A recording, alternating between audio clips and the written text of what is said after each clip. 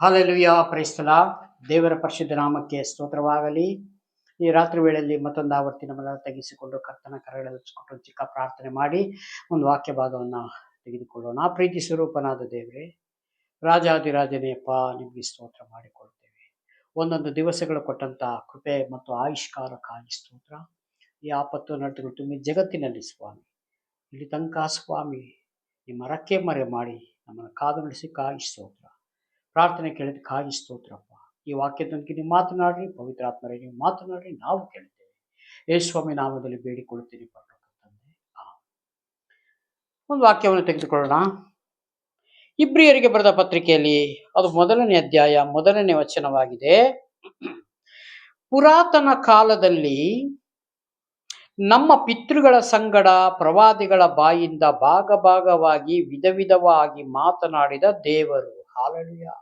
ಪುರಾತನ ಕಾಲದಲ್ಲಿ ನಮ್ಮ ಪಿತೃಗಳು ಅಬ್ರಾಮ್, ಇಸಾಕ್, ಯಾಕೋಬರು, ಮೋಶೆ, ಇವೆಲ್ಲ ನಮ್ಮ ಪಿತೃಗಳು. ಅವರೆಲ್ಲ ಬಂದ ನಂತರ ನಾವು ಈಗ ನಮಗೆ ಆಯುಷ್ಕಾಲ ಎಷ್ಟು ಇರ್ಬೋದು ಪ್ರಿಯನಾದ ಸಹೋದರ. ಅದಕ್ಕೆ ಅವರು ನಮ್ಮ ಪಿತೃಗಳು. ಅವರಿಗೆ ವಿಧವಾಗಿ ಮಾತನಾಡಿದ ದೇವರು, ಭಾಗವಾಗಿ. ಅದನ್ನೆಲ್ಲ ಯಾರು? ಪ್ರವಾದಿಗಳ ಮುಖಾಂತರ ಮಾತನಾಡಿಸಿದ್ದಾರೆ ದೇವರು. ಹಾಲೆಲೂಯಾ.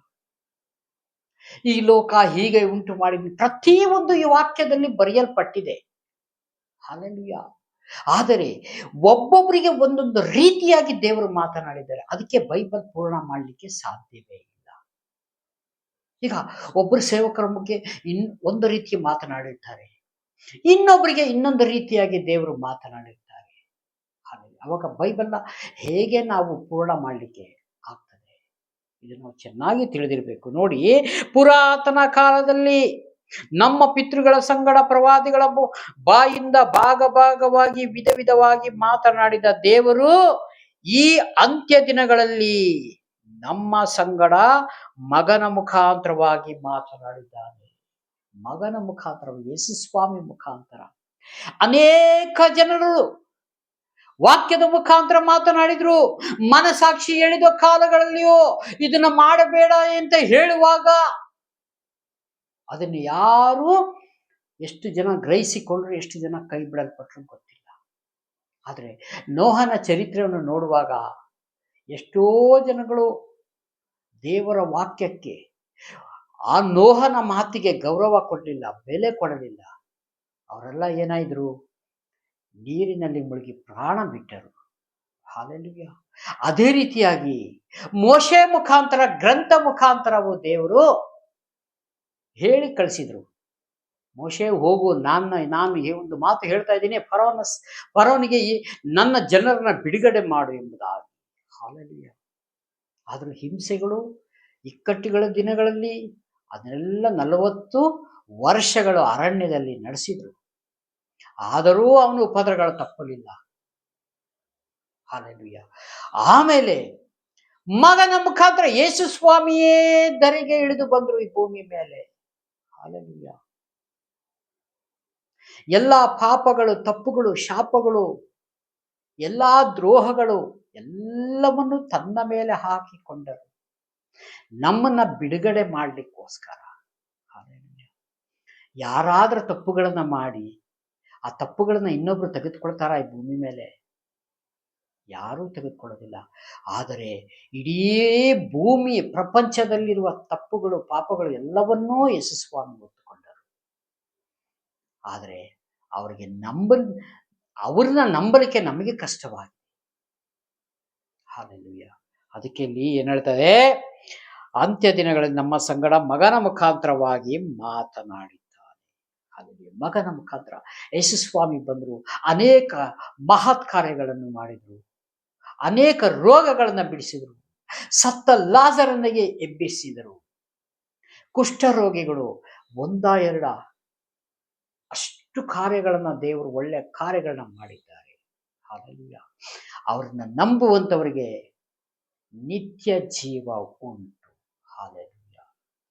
ಅದಕ್ಕೆ ದೇವರ ವಾಕ್ಯವನ್ನ ನಾವು ಧ್ಯಾನ ಮಾಡಿ ಅದ್ರ ಪ್ರಕಾರನೇ ಜೀವಿಸಬೇಕು. ಹಾಲೆಲೂಯಾ.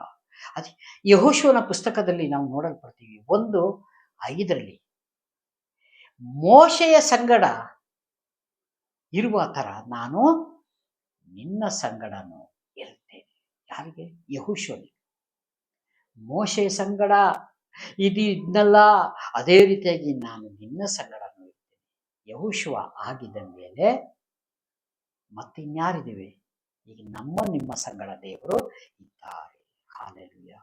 ನಾವು ಚೆನ್ನಾಗಿ ದೇವರನ್ನ ಅರ್ಥ ಮಾಡಿಕೊಂಡು, ಯೇಸುವೇ ನನ್ನ ಒಳಗೆ ಬಾ ಸ್ವಾಮಿ, ನನ್ನ ಒಳಗೆ ವಾಸ ಮಾಡು ಪವಿತ್ರಾತ್ಮರೇ, ನೀವು ನಮ್ಮನ್ನು ನಡೆಸಿರಿ, ನಮ್ಮ ಕುಟುಂಬಕ್ಕೆ ಯಜಮಾನ ನೀವು ಸ್ವಾಮಿ ಅಂತ ನಮ್ಮನ್ನು ನಾವು ಒಪ್ಪಿಸಿಕೊಡಬೇಕು.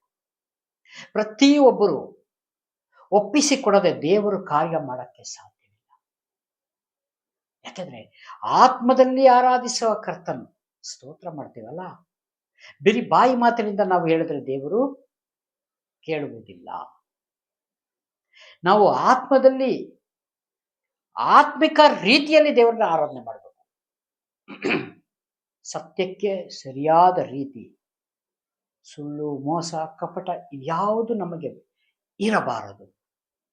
ಇದರಿಂದ ನಾವು ದೂರ ಇರಬೇಕು, ಹೊರಗಡೆ ಇರಬೇಕು. ಅವಾಗ ದೇವರ ಕಾರ್ಯ ನಡೀತದೆ. ಅದಕ್ಕೆ ಭೂಮಿ ಮೇಲೆ ಎರಡನ್ನೂ ಇಟ್ಟಿದ್ದಾರೆ, ಒಳ್ಳೆಯದು ಕೆಟ್ಟದು. ಯಾವುದು ಬೇಕು ಮಗನೇ, ನೀನು ಆರಿಸಿಕೋ. ದೇವರು ನಮ್ಮನ್ನ ಹೇಳ್ತಾ ಇದ್ದಾರೆ, ಮಗನೇ ಮಗಳೇ, ಇಲ್ಲಿ ಎರಡನ್ನೂ ಇಟ್ಟಿದ್ದೀನಿ, ಒಳ್ಳೆಯದು ಕೆಟ್ಟದು ಮತ್ತೆ ಆಶೀರ್ವಾದ ಶಾಪ, ಈ ಎರಡು ನಿನ್ನ ಕೈಯಲ್ಲಿ ಇಟ್ಟಿದ್ದೇನೆ. ನಿನಗೆ ಯಾವುದು ಬೇಕು ತೆಗೆದುಕೋ. ಹಾಲೆಲೂಯಾ. ಆಶೀರ್ವಾದ ಬೇಕಾ? ತಕ್ಕೋ. ಇಲ್ಲ ಶಾಪ ಬೇಕಾ? ಶಾಪ ತಗೋಬೇಕಾದ್ರೆ ದೇವರು ನಿಜವಾಗ್ಲೂ ದುಃಖ ಪಡ್ತಾರೆ. ಅಯ್ಯೋ, ನಾನು ನನ್ನ ಸ್ವಂತ ಕೈಯಿಂದ ನಿಮ್ಮನ್ನ ರೂಪಿಸಿದ್ದೇನೆ, ಮಾಡಿದ್ದೇನಲ್ಲ, ನನ್ನನ್ನ ಬಿಟ್ಟು ನೀನು ಹೋಗ್ತಾ ಇದೀಯಾ? ಹಾಲೆಲೂಯಾ. ದೇವರು ನನ್ನನ್ನು ಬಿಟ್ಟು ಹೋಗಬೇಡ. ಸ್ವಂತ ತಾಯಿ ಮಗುವನ್ನ ಬಿಟ್ಟು ಹೋಗ್ಬೇಕಾದ್ರೆ ತಾಯಿ ಎಷ್ಟು ದುಃಖ ಪಡ್ತಾಳೆ, ಅದಕ್ಕಿಂತ ಹೆಚ್ಚಾಗಿ ದೇವರು ದುಃಖ ಪಡುತ್ತಾರೆ. ನಾನೇ ನಿನ್ನ ನೋಡು ಉಂಟು ಮಾಡಿದ್ದೇನೆ, ನಿನ್ನನ್ನು ಹೊತ್ತು ಸಾಗುತ್ತೇನೆ. ಅದಕ್ಕೆ ದೇವರು ಹೇಳ್ತಾರೆ, ಎಲೇ ಕಷ್ಟಪಡುವವರೇ, ಹೊರೆ ಹೊತ್ತುವವರೇ, ನೀವೆಲ್ಲರೂ ನನ್ನ ಬಳಿಗೆ ಬನ್ನಿರಿ, ನಾನು ನಿಮಗೆ ಸಮಾಧಾನ. ಯಾವ ಸಮಾಧಾನ? ನನ್ನಲ್ಲಿರುವ ಸಮಾಧಾನ ಈ ಭೂಮಿ ಸಮಾಧಾನ ಅಲ್ಲ. ದೇವರಲ್ಲಿರುವಂತ ಈ ಸಮಾಧಾನ ಎಂತ ಸಮಾಧಾನ ಇರ್ಬೋದು, ನಾವು ಕಲ್ಪನೆ ಮಾಡ್ಲಿಕ್ಕೂ ಸಾಧ್ಯವಿಲ್ಲ, ಯೋಚನೆ ಸತ ಮಾಡ್ಲಿಕ್ಕೂ ಸಾಧ್ಯವಿಲ್ಲ. ಅಂತ ಒಳ್ಳೆ ಸಮಾಧಾನ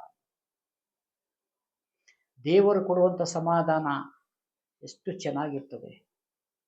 ಈ ಭೂಮಿ ಮೇಲಿರುವ ಸಮಾಧಾನ, ಶಾಂತಿ ಎಲ್ಲ 4 ದಿವಸ ಶಾಶ್ವತವಾಗಿ ಕೊಡುವಂತ ಸಮಾಧಾನ ದೇವರು ಯೇಸುವ. ಉದಾಹರಣೆಗೆ ಒಂದು ಕಟ್ಟಡವನ್ನ ಕಟ್ಟುತ್ತೇವೆ, ಒಂದು ಮನೆಯನ್ನ ಕಟ್ಟುತ್ತೇವೆ. ಹಾಲೆಲೂಯಾ. ನಮಗೆ ಬೇಕಾದ ರೀತಿಗಳನ್ನ ನಾವು ಅದನ್ನ ಅಂದ ಚಂದಗಳನ್ನ ಮಾಡಿಕೊಳ್ಳುತ್ತೇವೆ. ಇದು ಹೀಗಿರ್ಬೇಕು, ಅದು ಹಾಗಿರ್ಬೇಕು, ಇದು ಬಾಗಿಲು ಹೇಗಿರ್ಬೇಕು, ಕಿಟಕಿ ಹೆಂಗಿರ್ಬೇಕು, ಇಂಥ ಡೆಕೋರೇಷನ್ ಮಾಡಬೇಕು, ಇಂಥ ಟೈಲ್ಸ್ ಹಾಕ್ಬೇಕು, ಇಂಥದ್ದು ಒಳ್ಳೆ ದೊಡ್ಡ ದೊಡ್ಡ ಝೂಮರ್ ಲೈಟ್ಗಳನ್ನ ಹಾಕಬೇಕು, 4 ಜನ ನೋಡಿದ್ರೆ ಸಂತೋಷ ಪಡಬೇಕು. ಹಾಲೆಲೂಯಾ. ಇದು ಮನುಷ್ಯನ ಆಲೋಚನೆ. ಆದರೆ ಎಲ್ಲ ಆಗಿದ ಮೇಲೆ ಒಳಗೆ ಬಂದು ಸೇರ್ಕೊಳ್ತೇವೆ. ಸ್ವಲ್ಪ ದಿವಸಗಳಾದ್ಮೇಲೆ ಬೇಸರ ಆಗ್ತದೆ. ಅದೇ ಮನೆ, ಅದೇ ಲೈಟು, ಇದೇ ಪೇಂಟು, ಇದೇ ಟೈಲ್ಸ್. ಆದರೆ ಮನುಷ್ಯನಿಗೆ ಬೇಜಾರಾಗ್ತದೆ. ಆದರೆ ದೇವರು ಕೊಡುವ ಸಮಾಧಾನ, ಶಾಂತಿ, ನೆಮ್ಮದಿ ಎಂದಿಗೂ ಅಳಿದು ಹೋಗುವುದಿಲ್ಲ. ಅಳಿಯಲಾರದಂತ ಒಂದು ಸಮಾಧಾನ ಯೇಸು ಸ್ವಾಮಿ ಹತ್ರ ಇದೆ. ಹಾಲೆಲೂಯಾ. ಅಂತ ಸಮಾಧಾನ ನಾನು ನಿಮಗೆ ಕೊಡುತ್ತೇನೆ. ಯಾರಿಗೆ ಬೇಕು ಬನ್ನಿರಿ, ಕ್ರಯವಿಲ್ಲದೆ ನಿಮಗೆ ಕುಡೀರಿ ನೀರನ್ನ, ಜೀವ ಜಲ ಕ್ರಯವಿಲ್ಲದೆ. ಹಾಲೆಲೂಯಾ. ಫ್ರೀಯಾಗಿ ಕುಡೀರಿ, ನಾನು ನಿಮಗೆ ಕೊಡ್ತೇನೆ. ಇಂತಹ ದೇವರನ್ನ ನೀವು ಸೇವಿಸ್ತಾ ಇದ್ದೇವಲ್ಲ, ಭಾಗ್ಯವಂತರು ನಿಜವಾಗ. ಆದರೆ ಅದನ್ನು ಹೆಚ್ಚು ಮಾಡಿಕೊಳ್ಬೇಕು. ವಾಕ್ಯದ ಮುಖಾಂತರ, ಪ್ರಾರ್ಥನೆ ಮುಖಾಂತರ ದೇವರು ಬೇಡ ಅಂತಿದ್ದ ಕಾರ್ಯಗಳನ್ನು ಮಾಡದೇ ಇರುವುದು, ಇದು ದೇವರಿಗೆ ಇಷ್ಟವಾಗ್ತದೆ. ದೇವರಿಗೆ ಪ್ರಾರ್ಥನೆ ಮಾಡ್ತೀವಿ, ಬಾಕಿ ಕೆಲಸಗಳೆಲ್ಲ ನಮ್ಮ ಸ್ವಂತ ಇಚ್ಛೆಗೆ ಮಾಡ್ತೇವೆ, ಅದು ದೇವರಿಗೆ ಇಷ್ಟ ಇಲ್ಲ. ಹಾಲೆಲೂಯಾ. ಇದಕ್ಕೆ ದೇವರು ನಮ್ಮನ್ನ ಕರೆದಿರೋದು. ಹಾಗಾಗಿ ಈ ಕೊಟ್ಟಂತ ವಾಕ್ಯ ಸಂದೇಶಕ್ಕಾಗಿ ಸ್ತೋತ್ರ. ಚಿಕ್ಕ ಪ್ರಾರ್ಥನೆ ಮಾಡಿ ಮುಕ್ತಾಯ ಮಾಡಿಕೊಳ್ಳೋಣ. ಪ್ರೀತಿ ಸ್ವರೂಪನಾದ ದೇವರೇ, ರಾಜಾದಿರಾಜನೇ ಯೇಸು ಸ್ವಾಮಿಯಪ್ಪ, ಈ ವಿಡಿಯೋ ಮುಖಾಂತರ ನೋಡುವಂಥ ಪ್ರತಿಯೊಂದು ಕುಟುಂಬಗಳಿಗೆ ಸ್ವಾಮಿ ಸಹಾಯ ಮಾಡು. ಪ್ರಾರ್ಥನೆ ಕೇಳಿದಕ್ಕಾಗಿ ಸ್ತೋತ್ರ. ಯೇಸು ಸ್ವಾಮಿ ನಾಮದಲ್ಲಿ ತಂದೆ. Price the lord. ದೇವರೆಲ್ಲರನ್ನೂ ಆಶೀರ್ವದಿಸಲಿ. ಆಮೇನ್.